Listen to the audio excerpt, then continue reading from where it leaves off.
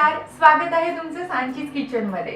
प्रथमतः मी तुमची खूप खूप खूप आभारी आहे। तुम्ही माझ्या गुळाच्या पोळीला खूप छान प्रतिसाद दिला, त्याबद्दल तुमचे मनपूर्वक धन्यवाद। आज आपण सांचीज किचन मध्ये पाहणार आहोत मुगाची खिचडी। अगदी साधी सोपी सुटसुटीत रेसिपी।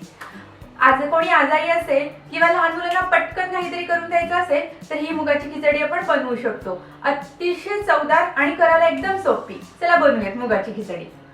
मुगाची खिचडी करण्यासाठी लागणारे साहित्य आहे 1 कप तांदूळ, साधारणपणे हे 200 ग्रॅम तांदूळ आहेत।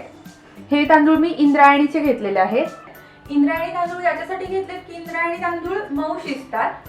ही जी खिचडी आपण करणार आहोत मुगाच्या डाळीची, ही मोकळी नसते। ही तुम्ही जितकी मऊ कराल, जितकी आसट कराल तेवढी ती टेस्टी लागते। तर ती टेस्टी होण्यासाठी आणि आसट होण्यासाठी जो तांदूळ मऊ शिजतो तो तांदूळ आपण वापरावा। अर्धा कप मुगाची डाळ, साधारणपणे ही 100 ग्रॅम होते। 2 टेबलस्पून गोडा मसाला, हा साधारणपणे 25 ग्रॅम होतो। 2 टेबलस्पून जिरे आणि खोबरे, हे मी बारीक करून घेतलेले आहे, हे पण साधारण 25 ग्रॅम होतं। बारीक चिरलेली कोथिंबीर, मोहरी, चवीसाठी मीठ, अर्धा टेबलस्पून तिखट तुम्ही तुमच्या आवडीनुसार घालू शकता। दालचिनीचे 3-4 तुकडे घेतलेले आहेत मी। 12 लवंगा घेतलेल्या आहेत, हिंग आणि हळद। आणि आपण हे लवंग आणि दालचिनी जे पाहिले हे आपण आता मिक्सर मध्ये बारीक करून घेऊ। हे डाळ आणि तांदूळ मी स्वच्छ धुवून घेतलेले आहेत आणि हे धुवून घेत होते तेव्हाच मी गॅसवर कुकर गरम करायला ठेवलेला आहे। यामध्ये साधारण मी 1 टेबलस्पून तेल टाकलेलं आहे। तेल थोडं गरम होऊ देऊयात।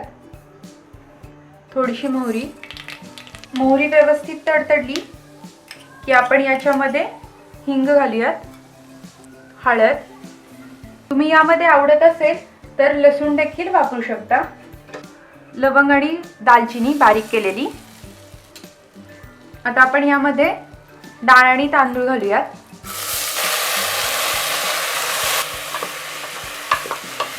गॅस मोठा करून साधारण 1-2 मिनिट, एखाद दुसरा मिनिट आपण हे व्यवस्थित परतून घेऊयात। आपण आता इथे हे तांदूळ धुवून घेतले, डाळ आणि तांदूळ। तुम्ही हे डाळ आणि तांदूळ मिठावर चोळून न धुता स्वच्छ करून ते तांदूळ देखील वापरू शकता। गॅस बारीक करते मी।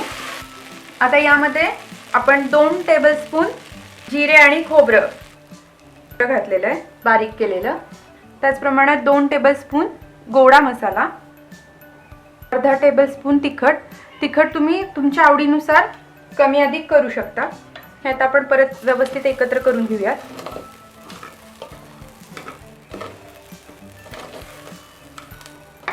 हे सर्व जिन्नस घालताना तुम्ही तुमचा गॅस मंद आचेवर ठेवावा, जेणेकरून आपला तांदूळ खाली लागणार नाही। मी याच्यामध्ये साधारण 900 ml पाणी घेतलेलं आहे, म्हणजे तांदूळ आणि डाळ जेवढी होती त्याच्या 3 पट पाणी घेतलेलं आहे।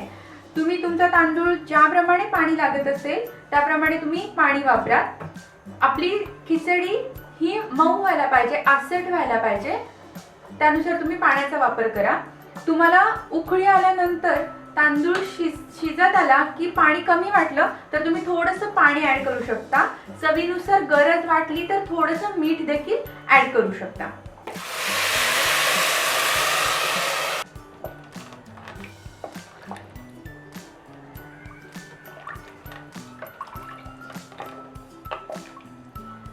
याच्यामध्ये आता आपण चवीनुसार मीठ घालू आणि कोथिंबीर घालू।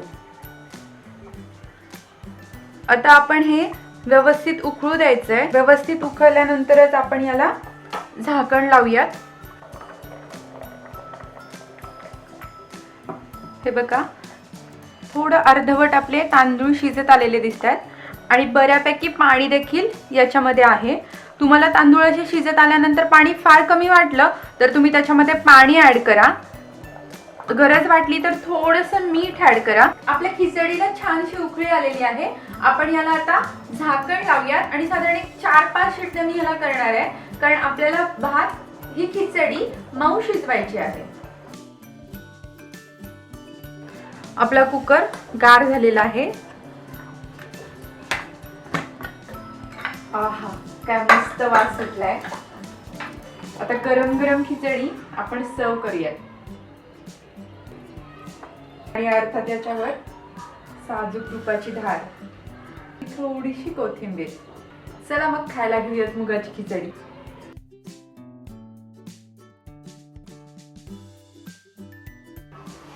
स्वादिष्ट अशी छानशी मुगाच्या डाळीची खिचडी आवडली ना तुम्हाला? तुम्हाला जर माझी ही रेसिपी आवडली असेल तर प्लीज प्लीज प्लीज लाईक करा. या आणि अशा अनेक रेसिपीजसाठी सबस्क्राईब करा सांचीज किचन. आणि तुमच्या काही शंका असतील, काही तुमचे सजेशन असतील तर मला कमेंट बॉक्समध्ये प्लीज कमेंट करा. धन्यवाद.